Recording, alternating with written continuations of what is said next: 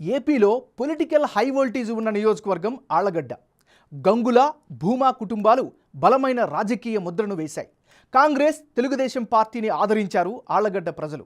ప్రస్తుతం ఇక్కడ YCP, TDP మధ్య పొలిటికల్ ఫైట్ హాట్గా కనిపిస్తోంది. వైసీపీ అభ్యర్థి గంగుల బ్రిజేంద్రరెడ్డికి టికెట్ దక్కింది. పొత్తుల్లో భాగంగా టీడీపీ తరపున భూమా అఖిలప్రియకు సీటు దక్కింది. Big TV exclusive election survey పందెంకోళ్లు 2 సర్వేలో వెల్లడైనటువంటి అంచనాలను ఇప్పుడు చూద్దాం. లేటెస్ట్ రిపోర్ట్ చూసే ముందు ఈ ఏడాది జనవరి 23వ తారీఖున చేసిన పందెంకోళ్లు 1 సర్వేలో ఆళ్లగడ్డ నియోజకవర్గంలో సర్వే అంచనాలు ఎలా వచ్చాయో ఓసారి రివైండ్ చేసుకుందాం. ఆళ్లగడ్డలో పందెంకోళ్లు 1 సర్వేలో వైసీపీ అభ్యర్థి గంగుల బ్రిజేంద్రరెడ్డికి 47% ఓట్లు, టీడీపీ అభ్యర్థి భూమా అఖిలప్రియకు 39% ఓట్లు, ఇతరులకు 14% ఓట్లు వచ్చే ఛాన్స్ ఉందని అప్పటి సర్వేలో వెల్లడైంది. పార్టీల పొత్తులు, అభ్యర్థుల ఖరారు తర్వాత పొలిటికల్ రైవల్రీ ఎక్కువగా ఉండే ఆళ్లగడ్డ సెగ్మెంట్లో పరిస్థితులు ఎలా ఉన్నాయి?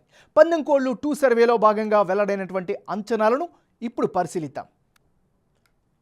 పందెంకోళ్లు 2 సర్వేలో వైసీపీ అభ్యర్థి గంగుల బ్రిజేంద్రరెడ్డికి 51% ఓట్లు, తెలుగుదేశం పార్టీ అభ్యర్థి భూమా అఖిలప్రియకు 37% ఓట్లు, ఇతరులకు 12% ఓట్లు వచ్చే ఛాన్సెస్ స్పష్టంగా కనిపిస్తున్నాయి.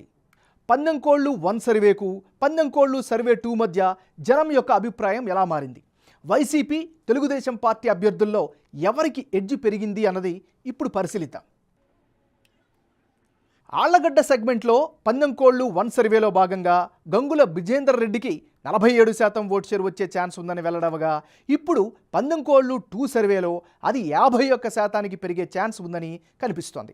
అదే సమయంలో తెలుగుదేశం పార్టీ అభ్యర్థి భూమా అఖిలప్రియకు పందెంకోళ్లు 1లో 39% ఓట్లు వచ్చే అవకాశం ఉందని తేలగా, ఇప్పుడు పందెంకోళ్లు 2 సర్వేలో 37% వచ్చే ఛాన్స్ ఉన్నట్లు సర్వే ద్వారా అర్థమవుతోంది.